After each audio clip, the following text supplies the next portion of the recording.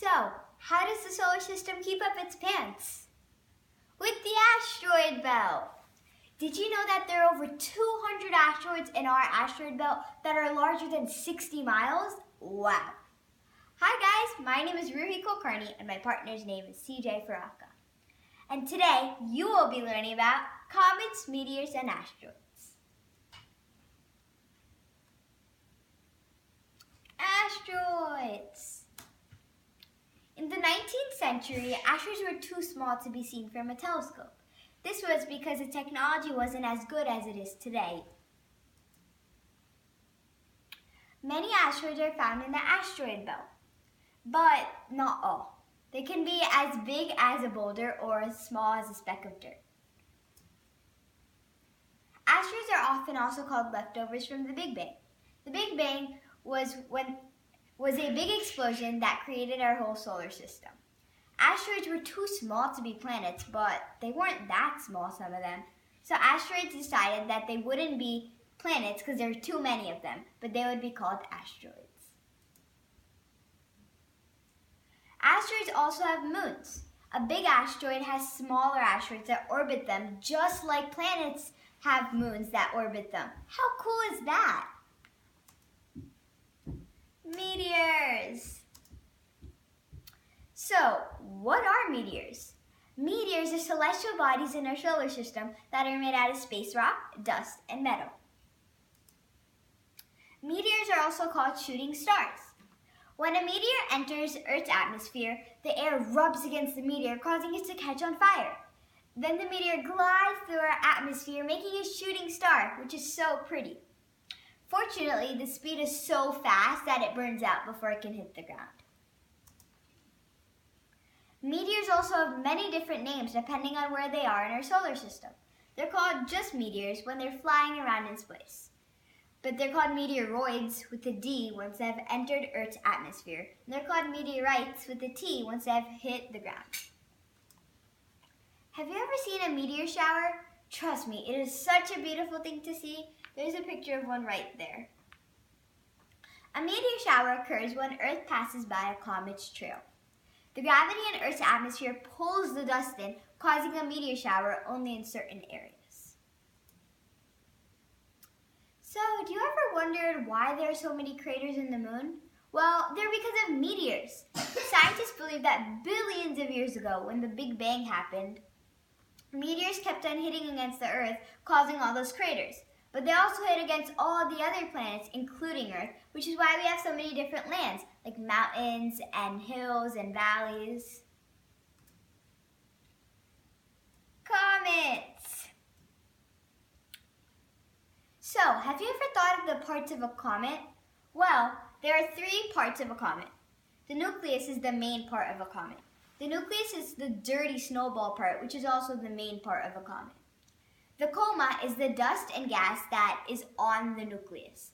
But once the comet pushes off, then the coma becomes the tails.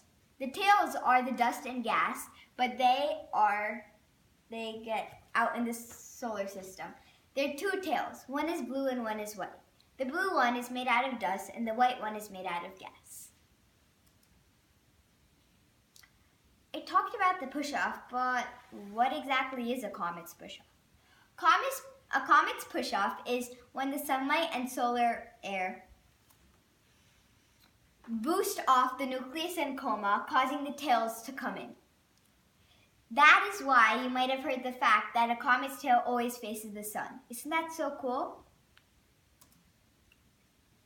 A comet's life always starts beyond Neptune. It is really cold there. And that's why the main part is a dirty snowball, because everything is frozen back there, so that's why it's so cold. Moving on, famous comets. So, have you ever heard of the Halley's Comet? I'm sure you have, because it's really well known. The last time it happened was in 1986, and scientists predict that the next time it will happen is 2061 or 2062. Edmund Halley discovered the Halley's Comet, which is why it's called the Halley's Comet. However, in 1705, he discovered the frequency of how often it passes by Earth. The Halley's Comet is a short-period comet which means it doesn't take that long for it to orbit the sun and pass by the Earth again. It takes 75 to 76 years. So maybe you could fortunately see the Halley's Comet. The Halley's Comet was so special to people that it was even observed by a spacecraft. The Eclipse Comet is also a very cool comet. It's so special because it occurred during a solar eclipse. That doesn't happen very often. It occurred on November 1st, 1948 in the southern hemisphere of Earth. The southern hemisphere of Earth is below the equator. And Comet Hyakutake. Comet Hyakutake is also called C/1996b2. The Ulysses spacecraft unexpectedly crossed Comet Hyakutake's tail from 500 million kilometers away. Do you know how far that is? Because of the Ulysses spacecraft, scientists discovered that Comet Hyakutake has the longest tail known for a comet. Comet Hyakutake is a long period comet, which means it takes long for it to orbit the sun and pass by Earth again. It takes 70,000 years. Now, that's a lot. Yuji Hyakutake discovered Comet Hyakutake, which is why it's called Comet Hyakutake. That's a picture of the Halley's Comet. That's a picture of the Eclipse Comet, and that's a picture of Comet Hyakutake. Awards. Asteroids get the Size Range Award. Asteroids get the Size Range Award because, as I mentioned before, they can range in size by a lot. They can be as big as a boulder or as small as a speck of dirt. Now that's a big difference. Meteors get the Variable Names Award. They get the Variable Names Award because they have 3 different names depending where they are in the solar system.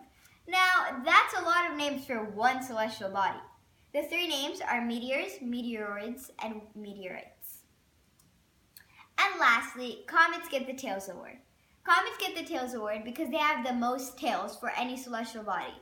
2 tails. Now, we don't hear very often that a celestial body has tails.